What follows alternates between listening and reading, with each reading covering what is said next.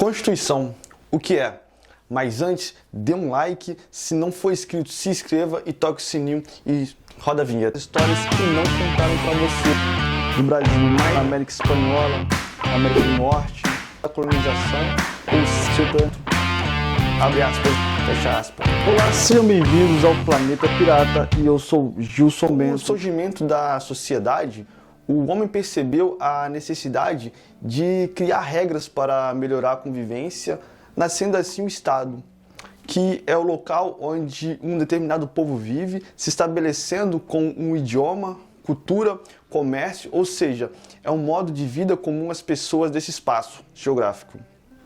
O Estado surge da necessidade comum na cooperação de proteção aos bens materiais e da própria vida. Esse pequeno espaço geográfico se estabeleceu na carência do homem de sobreviver a invasões de outros povos. Com isso, se organizaram para criar regras e meios de prover o crescimento e a proteção dos indivíduos desse Estado. Mas havia um conflito entre o líder e o povo, por causa do poder do líder, como exemplo, na criação de novos impostos e no excessivo força do exército contra a própria população, como exemplo, invadindo as casas das pessoas. Dessa forma, surgiu leis que eram comuns a todos dentro do Estado, leis que limitavam o poder de seu líder, colocando assim direitos e deveres de todos os seus cidadãos, inclusive do monarca. A Constituição nasceu dessa necessidade de organização, da luta do povo em conquistar sua liberdade em relação ao poder de seu rei. O cientista político Karl Lowenstein, em seus estudos acerca da Constituição, nos ensina que o povo hebreu já tinha as ideias constitucionais na conduta de seus profetas e na fiscalização que os profetas exerciam sobre seu governante. Na Grécia Antiga, Lowenstein aponta que em Atenas havia ações públicas chamadas de granfes que eram ajuizadas por cidadãos que fiscalizavam seus governantes. Mas só em 1215, na Inglaterra, no governo do rei João I, conhecido como João Sem Terra, que foi criada a Magna Carta Lebartum, o qual o povo inglês limitava o poder de seu rei. O rei João Sem Terra foi obrigado a assinar a carta pelos barões ingleses. Essa carta deu origem ao devido processo legal. E estarei fazendo um vídeo só sobre a Constituição inglesa. Queria abordar melhor esse tema. Por enquanto, ficaremos com a linha histórica da Constituição. Bom, no final do século XVIII, tivemos o surgimento do constitucionalismo moderno, com três situações. A primeira foi a Constituição da Córcega, de 1755, com a autoria de Pasquale Paoli. A Córcega é uma pequena ilha no sul da França. Essa foi a primeira Constituição a prever a separação dos poderes. Importante fazer um adendo que a teoria da separação dos poderes de Montesquieu não foi algo criado por ele, mas observado por ele, já que as nações europeias estavam aperfeiçoando a forma de governo de seus estados. E o povo, naquele momento, buscava a limitação do poder do soberano e uma maior participação na gestão do Estado. A Constituição da Córcega durou por 14 anos, até a invasão da França à ilha. A segunda foi a Constituição Americana, em 1787, que estabeleceu a tripartição dos poderes, que foi o legislativo, executivo e judiciário. Implantaram o sistema de freio e contrafreio, checks and balances, algo que precisa ser pensado melhor no Brasil. A Constituição estabeleceu como forma de Estado a federação, já que os Estados Unidos nasceram da união das 13 colônias que se juntaram com o propósito de lutar pelas suas independências frente à Inglaterra. Farei um vídeo mais à frente sobre a Constituição Americana. Bom, por último, veio a Constituição da França, em 1791, com o objetivo de transformar a monarquia absolutista em uma monarquia constitucional. Ou seja, o povo lutando por mais liberdade e contra o poder supremo de seu monarca. Outro fator importante é que ela marcou a limitação dos privilégios da nobreza e clero, requício da monarquia absolutista. A Constituição viveu outro momento no que ficou marcado como neoconstituição, que vem do pós-Segunda Guerra Mundial, que é o fruto do pós-positivismo, com marco teórico da força da normativa da Constituição. O jurista alemão Konrad Henze disse que a Constituição é capaz de mudar a realidade. Esse pensamento marcou o direcionamento da Constituição em buscar maior eficácia dela na área dos direitos fundamentais, direitos sociais e no maior protagonismo do Poder Judiciário com o ativismo judicial. Como exemplo, temos a Constituição da Itália, de 1947, a alemã, de 1949 e a brasileira, de 1988. A Constituição não é padronizada e é feita conforme o momento histórico do país e das pessoas que estão à frente dele.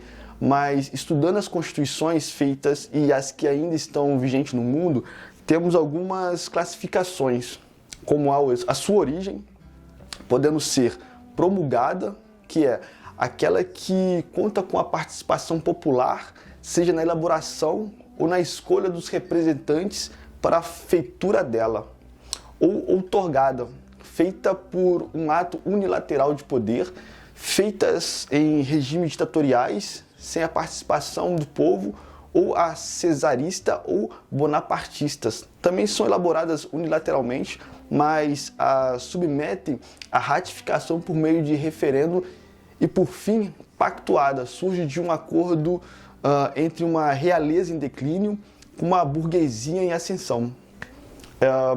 Em seu conteúdo tem as seguintes classificações. Temos a formal, que leva em conta seu modo de elaboração de norma, se ela passou por um processo mais solene, mais dificultoso de formação, chamada de Constituição rígida. Será formalmente constitucional, não importando de que matéria vem a tratar. Exemplo, a Constituição Federal de 88, a do Brasil.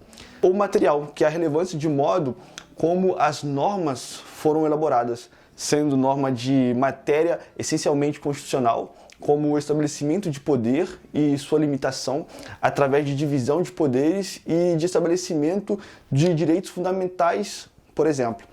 Quanto à extensão sintética, que é aquela Constituição que versa apenas de normas essenciais à estrutura do Estado, sua organização e funcionamento, bem como da divisão de poderes e dos direitos fundamentais, ou analítica, com seu conteúdo extenso, analítico, também conhecido como prolixa ou desenvolvida. Trata de temas estranhos ao funcionamento do Estado, trazendo minúcias que encontraria maior adequação fora da Constituição, em normas infraconstitucionais, como a Constituição brasileira, a Constituição de 88. No modo de elaboração, temos dogmáticas, que são elaboradas em um momento determinado, refletem os valores daquela época, e há históricas ou costumeiras, construída através da evolução da sociedade em seus costumes, por isso também é conhecida como costumeira.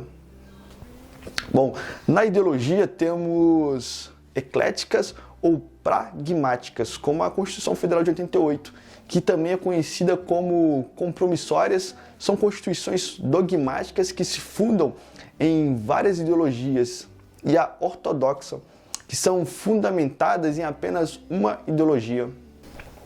Quanto à finalidade, temos Constituição Garantia, que tem seu texto reduzido, busca principalmente garantir a limitação dos poderes estatais frente aos indivíduos.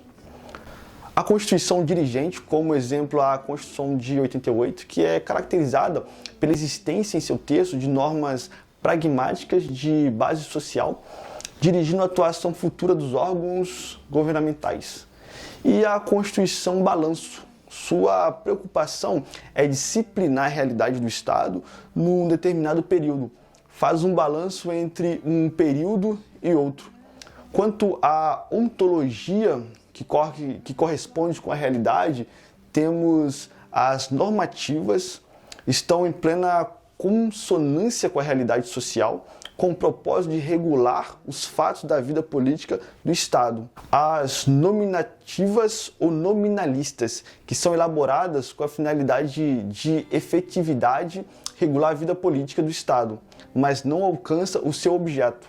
E por fim, a semântica, que são criadas para legitimar o poder de quem está no poder. Tipo de regimes autoritários. Na alterabilidade, temos a rígida, que prevê um procedimento mais solene, mais dificultoso para a alteração das leis ordinárias, fundamentando na supremacia formal da Constituição. Um exemplo é a Constituição de 88 do Brasil. A flexível, no qual para alterar a Constituição é o mesmo processo legislativo de elaboração e alteração das leis ordinárias. E temos também a semi-rígida, com uma parte rígida e a outra flexível. Quanto à forma, temos as escritas, como a Constituição de 88, são as constituições que são formadas por um conjunto de regras, formalizada por um órgão constituinte em um documento escrito. E as não escritas, que são as históricas ou costumeiras, são escritas, mas são sedimentadas pelos usos, costumes, pela cultura, jurisprudência e na história do país. A mais conhecida é a Constituição Inglesa, que irei falar no próximo vídeo.